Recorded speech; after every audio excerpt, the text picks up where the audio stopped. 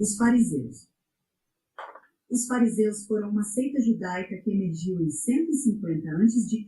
e promoveu a ideia de pureza sacerdotal para todos os judeus, a crença na providência ou destino e o conceito da ressurreição dos mortos.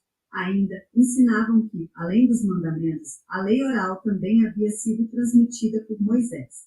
O judaísmo rabínico primitivo, no segundo século da era cristã, afirmou a sua descendência espiritual dos fariseus. Origens. Após as conquistas de Alexandre o Grande, R. 336-323 a.C., em 330 a.C., o governo grego, além da língua, filosofia, religião e educação gregas foram adotados pelos povos conquistados na bacia do Mediterrâneo. Quando Alexandre morreu, em 323 a.C., seu império foi dividido entre seus generais durante as Guerras dos Diádocos. Um desses generais, Seleuco e Nicátor, fundou o Império Seleucida na região da Síria. Em 167 a.C., o Seleucida Antíoco IV Epifânio, R. 175-164 a.C., tornou ilegais os costumes judaicos, o que resultou na revolta dos Macabeus, liderada pela família dos Asmoneus, quando os judeus conseguiram repelir os gregos e estabelecer seu próprio reino. No entanto, nem todos estavam satisfeitos com o domínio asmoneu, que uniu o ofício de rei com o de sumo sacerdote do Templo de Jerusalém. O reinado de Israel deveria ser ocupado por um descendente da tribo de Davi, Judá. Durante este período, o sumo sacerdote deveria vir da descendência de Zadok, o último sumo sacerdote no reinado de Salomão. Os asmoneus não eram capazes de reivindicar nenhuma dessas linhagens. Este é o período em que encontramos evidências do que os acadêmicos chamam de sectarismo judaico. Vários grupos de judeus formavam seitas dentro do corpo religioso. Todos concordavam com o básico sobre a lei de Moisés e os livros dos profetas. Uma das questões predominantes era como viver na então cultura cosmopolita dos gregos e ainda assim manter as tradições e os marcadores únicos da identidade judaica. Entre essas seitas, vemos a emergência de um grupo conhecido como fariseus. Seu nome ainda é um problema, pode significar tanto ser separado quanto aqueles que suavizam coisas difíceis em hebraico. Conceitos farisaicos.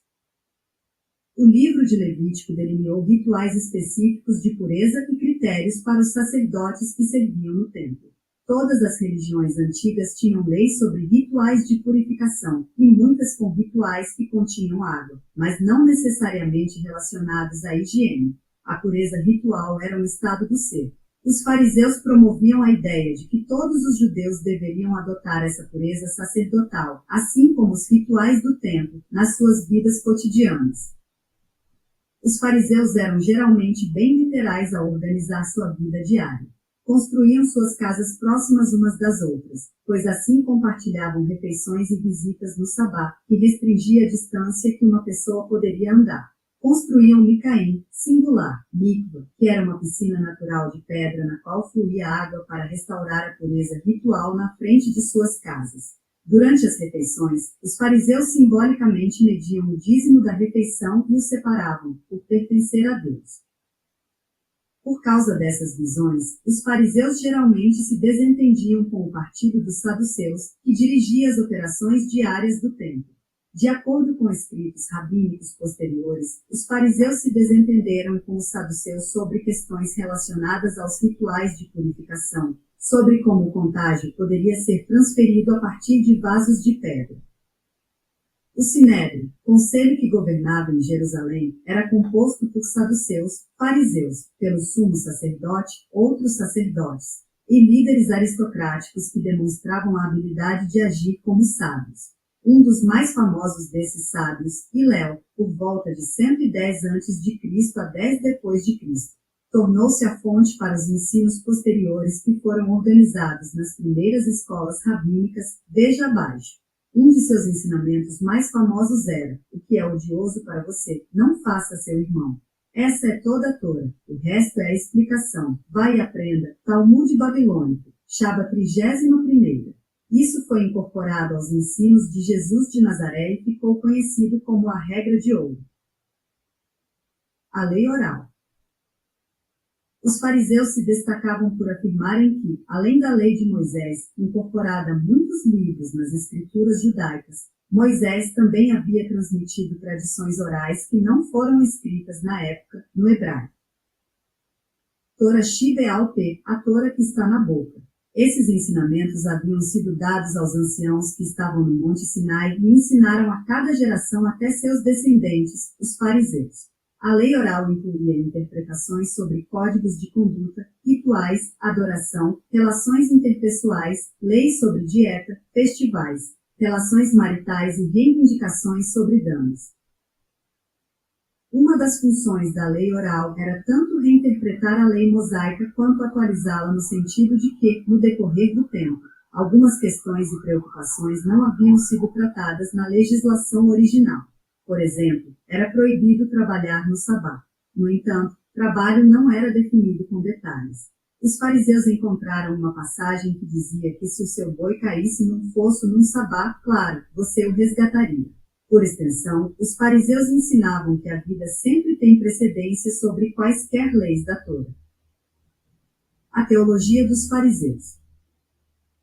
O Deus de Israel era considerado o Criador do universo e de toda a vida na terra. Cria-se que ele era onipotente, onisciente, onipresente e infinitamente sábio. Quando os humanos foram criados, a eles foram dados dois impulsos, o de fazer o bem e o de fazer o mal. De acordo com esse sistema de crenças, havia livre-arbítrio para escolher. O estudo da Torá deveria ser interpretado pela racionalidade, dada aos humanos por Deus, considerando as condições de cada época desde a revelação dos mandamentos no Sinai. Ao mesmo tempo, porém, embora houvesse o livre-arbítrio, os fariseus também acreditavam na ideia de providência ou destino. Ao refletir sobre os desastres da nação de Israel, a conquista assíria no Reino do Norte em 722 a.C. e a conquista babilônia e destruição do Templo de Jerusalém em 587. 586 a.C., os profetas de Israel haviam predito que Deus agiria na história humana uma vez, nos últimos dias. Naquele tempo, todos os inimigos de Israel seriam destruídos em uma batalha final, seguida de um julgamento final. Todos os mortos seriam levantados e julgados, tanto para serem condenados ao Geena, forma judaica do inferno, ou para viver uma nova utopia, o Jardim do Éden na Terra, como originalmente planejado por Deus. Os fariseus foram uma das primeiras seitas judaicas a promover o conceito de ressurreição dos mortos. A Grande Revolta Judaica de 66 d.C.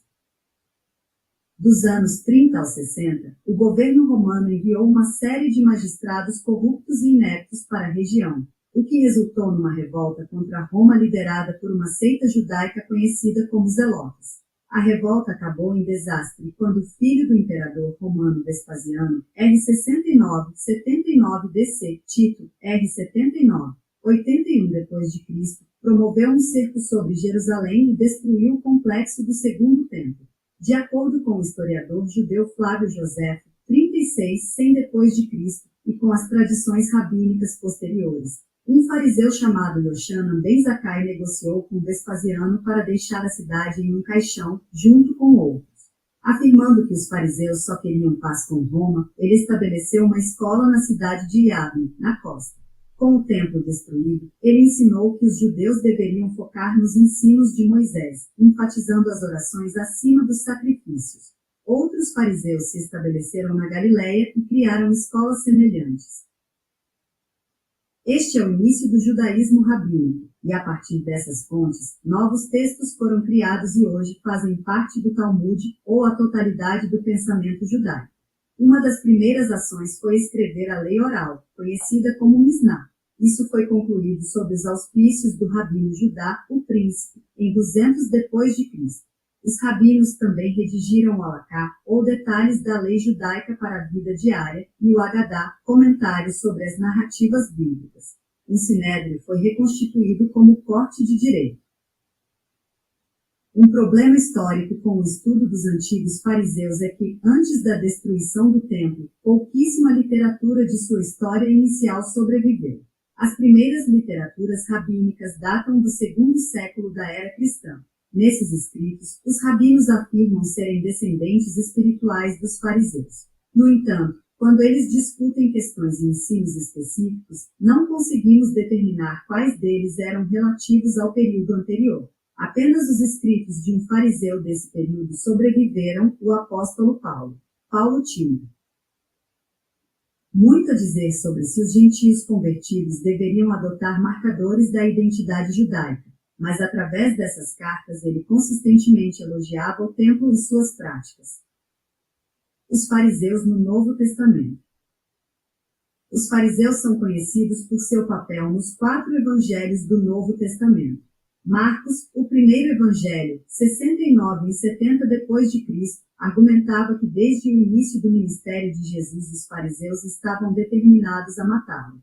Nos diálogos de conflito, Jesus e os fariseus em debate, os fariseus fazem o papel de oposição aos ensinos de Jesus. A polêmica negativa contra os fariseus e os saduceus era a racionalização do porquê Deus havia permitido que o templo fosse destruído.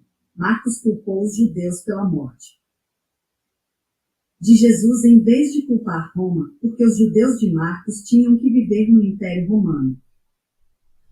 O problema histórico permanece, uma vez que teólogos e historiadores modernos continuam a usar a polêmica dos evangelhos para reconstruir o que os fariseus pensavam e ensinavam no primeiro século. Depois de Cristo, polêmica, no entanto, não é evidência.